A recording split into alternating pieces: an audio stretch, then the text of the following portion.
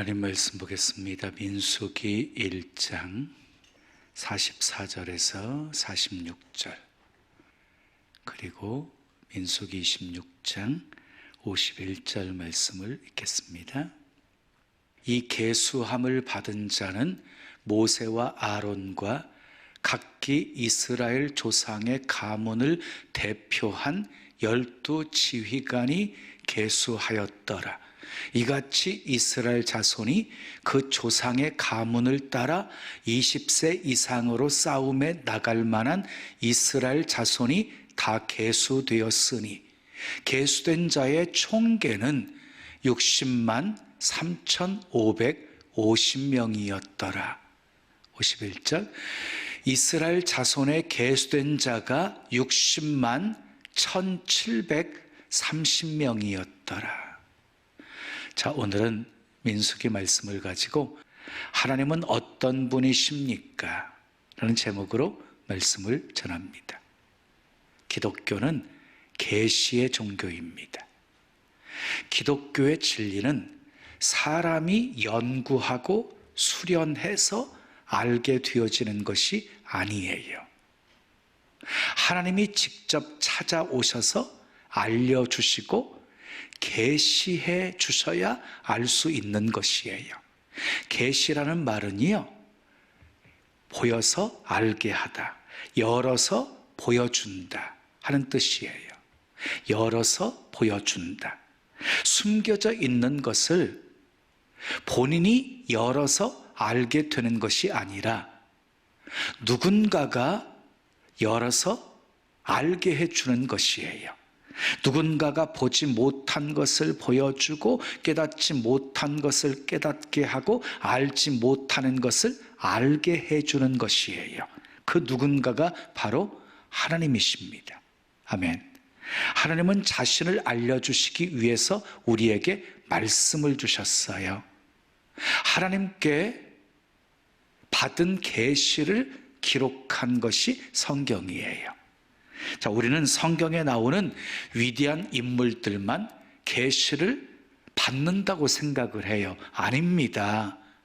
예수님을 믿는 모든 사람들은 이미 다 계시를 받은 것입니다.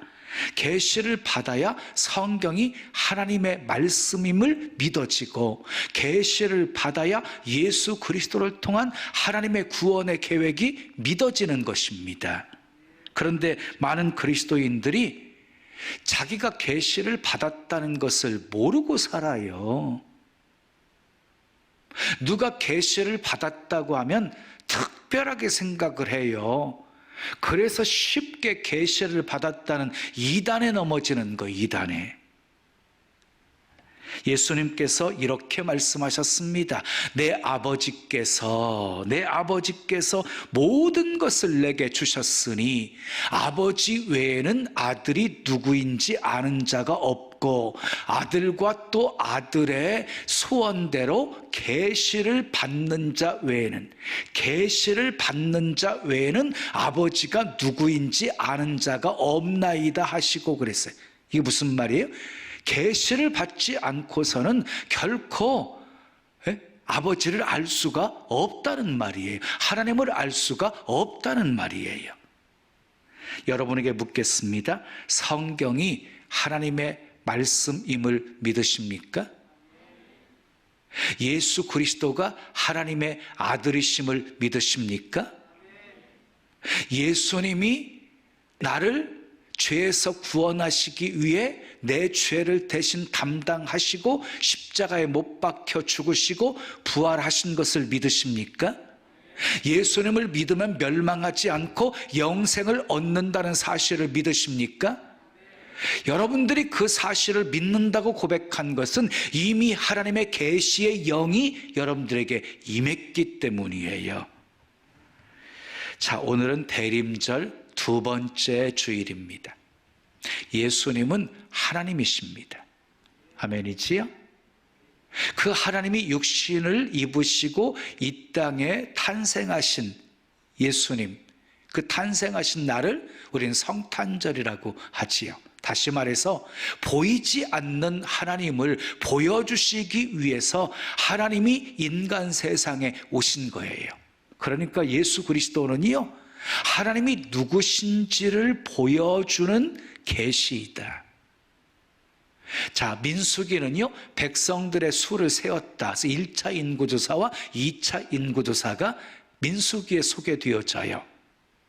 자, 출애굽한 이스라엘 백성들이 홍해를 건너요, 시내산에서 머물면서 율법을 받아요, 십계명을 받아요, 성막을 건축해요. 그리고 가나안 땅을 향해서 출발하기 전에, 시내산에서 가나안 땅을 향해 출발하기 전에 인구가 얼마나 되는지 조사를 해요. 그게 1차 인구조사예요.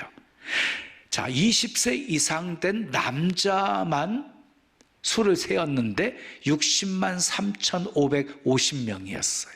60만 3,550명. 그 수에는 레위지파 사람들은 계수되지 않았고, 출애굽할 때 섞여 나온 무리들도 계수되지 않은 숫자였어요. 자, 시내산에서 출발해가지고 가데스 바나에 도착하게 되어집니다. 여기까지 출애굽해서 가데스 바네아까지 얼마가 걸렸냐면 약 2년이 걸렸습니다.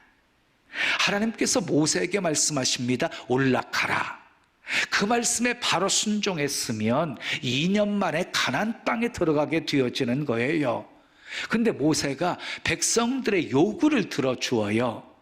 정탐꾼을 보내어서 그 땅을 정탐한 다음에 우리로 가게 해달라고, 그래서 각 지파에서 대표 한 사람씩을 뽑아가지고요 12명을 보내요. 40일 동안 정탐하고 온 정탐꾼들의 보고는 서로 달랐어요. 10명의 정탐꾼은 부정적인 보고를 합니다. 그곳에 살고 있는 사람들은 아낙 자손들, 네피림 후손들, 키가 크고 무기도 많고, 그래서 결코 우리는 그들을 이길 수 없습니다. 그들과 비교할 때 우리는 메뚜기와 같습니다 라고 말해요. 근데 여호수아 갈렙은 반대로 정말 그 땅은 심히 아름다운 땅입니다. 젖과 꿀이 흐르는 땅입니다. 그들을 두려워하지 맙시다. 하나님이 우리와 함께 하십니다. 올라갑시다. 능히 이길 수 있습니다 라고 말해요. 그런데 불행하게도 이스라엘 백성들은 10명의 보고를 취해요. 그래서 밤새도록 통곡하고 원망을 합니다. 차라리 광야에서 죽는 것이 더 낫겠다라고 말합니다. 그 말을 들으시고 하나님이 진노하시면서 이렇게 말씀하십니다. 나를 원망하는 이 악한 회중에게 내가 어느 때까지 참으랴. 이스라엘 자손이 나를 향하여 원망하는 바, 그 원망하는 말을 내가 들었노라. 그들에게 이르기를 여호와의 말씀에 내 삶을 두고 맹세하노라. 너희 말이 내 귀에 들린 대로 내가 너희에게 행하리니 너희 시체가 이 광야에 엎드러질 것이라. 어떻게 되었어요? 말씀하신 그대로 되었어요. 어느덧 38년의 세월이 흘렀어요. 광야를 돌고 돌다가 이스라엘 백성들은 드디어 모압 평지에 이르게 되어져요. 요단강만 건너면 가나안 땅이 펼쳐지게 되어지는 바로 그 모압 평지에 도달하게 되어져요. 자, 민수기 26장을 보면은요, 그 모압 평지에서 2차 인구조사를 합니다. 그런데요, 수를 세어보니 이상한 결과가 나왔어요. 이상한 결과가. 2차 인구조사의 결과는요, 60만 1730명이었어요. 1차 인구조사 때 60만 3,550명이었는데 얼마가 감소했어요? 1,820명이 감소를 하게 되어진 거예요. 깊이 생각해 보아야 할 문제입니다. 자, 여러분, 성경을 볼 때 수많은 사건들이 소개가 되어지잖아요. 그런데 하나님은 그 사건들을 통해서 하나님이 어떤 어떤 분이신지를 우리에게 계시하십니다. 하나님이 어떤 분이신지를 우리에게 알려주십니다. 오늘 본문 인구조사를 통해서 하나님이 어떤 분이신지를 우리에게 계시하고 있어요. 하나님은 어떤 분이십니까? 첫째, 따라하겠습니다. 징계하시는 하나님입니다. 하나님이 말씀하신 대로 여호수아 갈렙 외에는 광야에서 다 죽습니다. 그래서 인구가 감소하게 되어진 것입니다. 그 중에서 특별히 제일 많이 감소한 지파가 어느 지파였어요? 시므온 지파였어요. 시므온 지파. 이유가 있었어요. 민수기 25장을 보면은요, 이스라엘 백성들이 40년 광야를 돌다가 요단 동편 모압 평지에 도착하게 되어져요. 약속하신 가나안 땅이 앞에 펼쳐져 보이는 거예요. 지금까지 고생했던 그 모든 피곤이 다 사라지는 것 같았어요. 이제는 얼마 안 있으면 가나안 땅을 정복하고 땅을 나누게 되어지고 평화롭게 살 날이 있을 것이라는 기대로 가득 차 있었어요. 그런데 그때 이스라엘 백성들에게 유혹이 찾아옵니다. 유혹이. 발람의 계교로 이스라엘 백성들이 바알 부월 우상 숭배의 죄악에 빠지게 되어진 거예요. 그런데 바알 부월 우상 숭배에 가장 적극적으로 가담했던 지파가 바로 시므온 지파였습니다. 시므온 지파. 여러분, 바알 부월은요, 모압의 우상이에요. 이 우상 숭배의 제전 의식은요, 매우 음란했어요. 여사제가 이 제사를 집례해요. 제사가 끝나잖아요. 그러면 제사를 드리는 자와 여사제들 사이에 음란한 가무가 행해졌어요. 이스라엘 백성들이 이런 우상 숭배의 죄악에 빠지게 되어진 것이에요. 특히 시므온 지파 이 족장 시므리는 미디안 추장의 딸이면서 여사제인 고스비라는 여자를 자기 장막으로 데려와서 음행을 행합니다. 그것을 비느하스가 가가지고 창으로 찔러 죽이지요. 여러분, 이 바알 부월 우상 숭배의 죄악으로 인해서 연병으로 그때 죽은 자가 24,000명이었습니다. 좀 놀라세요. 24,000명이면 어마어마한 숫자예요.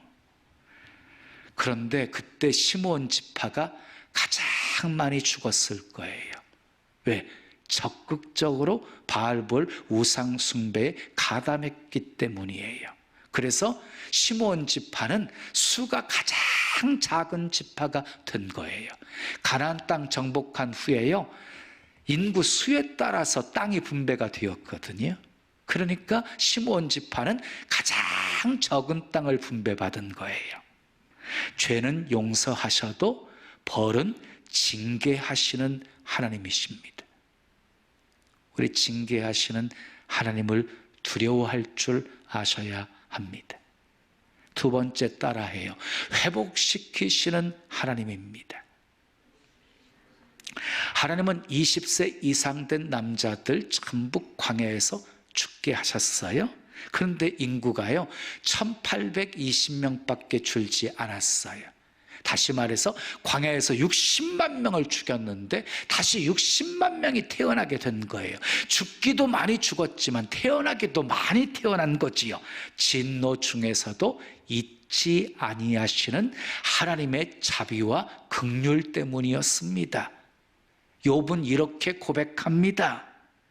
하나님은 아프게 하시다가 싸매시며 상하게 하시다가 그의 손으로 고치시나니 6가지 환난에서 너를 구원하시며 7가지 환난이라도 그 재앙이 내게 미치지 않게 하시며. 그랬어요. 하나님은 아프게 하시다가 싸매시는 분이시고요, 상하게 하시다가 손으로 고치시는 분이십니다. 환난에서 건져주시고 재앙이 미치지 않게 하시는 분이십니다. 그러므로 하나님의 징계의 목적이 무엇입니까? 회복입니다. 회복. 그래서 이사야 선지자는 상한 갈대를 꺾지 아니하시고 꺼져가는 심지를 끄지 아니하시는 하나님이라고 고백했습니다. 호세아 선지자는 오라 우리가 여호와께로 돌아가자, 여호와께서 우리를 찢으셨으나 도로 낫게 하실 것이요 우리를 치셨으나 싸매어 주실 것임이라 라고 말씀했습니다. 하나님의 징계의 목적은 회복입니다. 회복.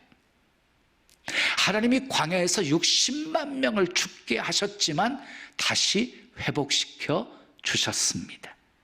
오늘 이 예배를 통해서 여러분 안에도 회복의 역사가 일어나기를 축복합니다. 하나님과의 관계가 회복되어지고, 아멘.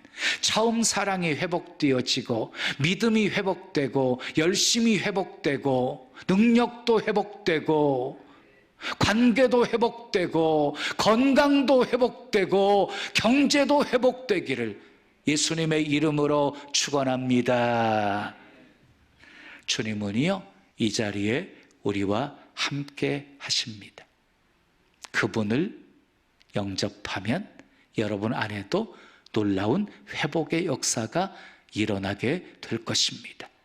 12의 혈루증을 앓던 여인이 예수님이 지나간다는 소문을 들었어요. 예수님을 따라가요. 예수님의 옷자락을 조용히 만져요. 예수님의 옷자락만 만져도 나을 것이라고 하는 믿음으로 만진 거예요. 그 순간 혈루 근원이 바짝 마르게 되어져요. 잃어버렸던 건강을 회복하게 된 것이에요. 하나님은 우리를 회복시키시는 분이십니다. 아멘. 자, 마지막 세 번째 따라요. 축복하시는 하나님입니다. 전체적으로 인구가 줄었습니다. 하나님의 징계 때문이었습니다. 그럼에도 불구하고 증가한 지파가 있었어요. 어느 지파가 가장 많이 증가했다고요? 므낫세 지파 25,000명이 증가했어요. 여러분, 므낫세는 누구예요? 요셉의 아들이었어요. 요셉이 애굽의 총리가 되었을 때 결혼합니다. 두 아들을 낳아요. 장자는 므낫세였고 차자는 에브라임이었어요. 그런데 이 요셉의 아버지 야곱이 므낫세와 에브라임을 자신의 양자로 삼아서 12지파에 포함시킵니다. 그러니까 요셉 지파는 없고 두 아들 므낫세 지파와 에브라임 지파가 12지파에 편입되게 되어진 것이에요. 야곱이 늙어서 이제 죽을 때가 되었을 때 요셉이 두 아들 므낫세와 에브라임을 데리고 야곱에게 갑니다. 그리고 축복 기도를 받게 합니다. 축복 기도의 소중함을 요셉은 알고 있었기 때문입니다. 요셉은 므낫세가 장자이니까 야곱의 오른쪽에 앉히게 하고 에브라임은 차자이니까 좌편에 앉게 했습니다. 그런데 야곱이 기도해 주려고 손을 이렇게 어긋맞고요. 오른손을 에브라임, 차자였던 에브라임 머리에다가 얹는 겁니다. 요셉이 그것을 보고 이 야곱이 착각한 줄 알고 시정할 것을 요구해요. 그런데 야곱이 나도 다 안다고 말하면서 에브라임에게 더 큰 축복을 합니다. 이는 장자권의 축복이 육적인 조건이 아니라 하나님의 주권에 의한 것임을 교훈하고 있습니다. 야곱도 차자였지만 하나님의 주권적인 선택으로 예수의 장자권의 축복을 받게 되어지잖아요. 자, 야곱은 축복 기도에서 에브라임이 더 큰 족속이 될 것을 말씀합니다. 실제로 1차 인구 조사 때 보면은요, 므낫세 지파의 숫자는 32,200명이었는데 에브라임 지파의 숫자는 45,000명이었습니다. 45,000명. 그러니까 에브라임 지파가 더 많았습니다. 그러나 광야 생활 38년을 더 한 다음에 2차 인구조사 때 확인해 보니까 므낫세 지파는 2만 500명이나 늘어났는데 에브라임 지파는 자그마치 8,000명이나 오히려 감소를 했습니다. 므낫세 지파가 무엇 때문에 가장 인구가 많이 늘어났는지 성경은 그것을 기록하고 있지는 않지만 성경 전후를 살펴보게 되어지면 에브라임 지파는 교만했지만 므낫세 지파는 하나님의 주권을 인정하고 경건한 생활에 힘썼으며 광야 생활 속에서도 하나님을 배반하는 일이 적었기 때문임을 짐작할 수 있습니다. 자, 늘어난 지파의 공통점이 있어요. 좋은 일에 앞장섰다는 거예요. 하나님이 기뻐하시는 일을 했다는 거예요. 레위 지파는요 727명이 늘어났습니다. 레위 지파는 성막에서요 하나님의 일을 하는 사람들이었어요. 그래서 하나님이 그 숫자를 늘어나게 하셨어요. 유다 지파는요 1900명이 늘었어요.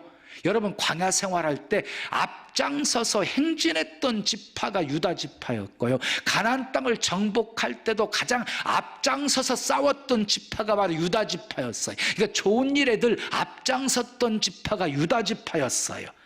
그래서 하나님이 유다 지파의 수를 늘어나게 하신 거예요. 여러분, 가나안 땅을 정복했을 때요 가장 먼저 땅을 분배받은 지파가 유다 지파였고요, 가장 많은 땅을 분배받은 지파가 유다 지파였어요. 1차 인구조사 때도 가장 수가 많았고 2차 인구조사 때도 유다 지파가 가장 많았거든요. 사랑하는 여러분, 인간은 자율적인 존재이며 선택하며 사는 존재예요. 그러나 무엇을 선택하느냐에 따라서 결과는 크게 달라지게 되어지는 거지요. 우리 교회 안에 보면은요 세 종류의 성도들의 모습이 있어요. 세 종류의 모습이, 첫째는요 나쁜 일에 앞장서는 사람이 있습니다. 이런 사람들은 10명의 정탐꾼처럼 늘 부정적이에요. 나쁜 영향을 끼쳐요. 그 주변 사람들 다 시험 들게 만들어요. 근데 두 번째요, 나쁜 일에 휩쓸리지도 않고 좋은 일에 참여하지도 않는 사람이 있어요. 나쁜 일에 참여하는 사람보다 100배는 더 괜찮지요. 그런데 이런 사람들이 교회에 많잖아요. 그러면 그 교회는 힘이 없어요. 힘이 없어. 모두가 다 구경꾼이거든요. 세 번째는요, 좋은 일에 앞장서는 사람이 있습니다. 좋은 일에 앞장서는 사람이. 기꺼이 주님이 기뻐하시는 일이고 영광 받으시는 일이라고 한다면 그것이 고난이라 할지라도 적극적으로 참여하는 사람이에요. 이런 성도는요 막 일을 맡기잖아요. 목사님 감사합니다, 열심히 하겠습니다. 목사님 또 시킬 것 없나요? 이렇게 말합니다. 기쁨으로 사역합니다. 감사함으로 사역합니다. 좋은 영향을 끼칩니다. 이런 사람이 많이 있는 교회가 힘 있는 교회입니다. 무엇이든지 할 수 있습니다. 여러분 모두 좋은 일에 앞장서는 성도가 되시기를 축복합니다. 아멘. 오늘 본문의 말씀을 통해서 하나님은 어떤 분이신지를 우리에게 계시해 주셨어요. 첫째, 징계하시는 하나님입니다. 죄를 멀리 하십시오. 죄를 범했을지라도 빨리 회개하십시오. 두 번째, 회복시키시는 하나님이십니다. 여호와께 돌아오십시오. 찢으셨으나 낫게 하시고 치셨으나 싸매어 주실 것입니다. 세 번째, 축복하시는 하나님입니다. 좋은 일에 앞장서십시오. 주님이 기뻐하시는 일을 행하십시오. 그래서 시작은 미약하였으나 나중은 심히 장대하게 되어지는 은혜, 차고 넘치도록 흔들어 부어주시는 하나님의 축복 많이 받아 자손 대대로 축복의 통로로 쓰임 받으시기를 예수님의 이름으로 축원합니다. 지금은 미디어 선교를 위한 헌금 시간입니다. 이 예배를 통해 삶 가운데 은혜와 회복이 충만하시기를 간절히 기도합니다.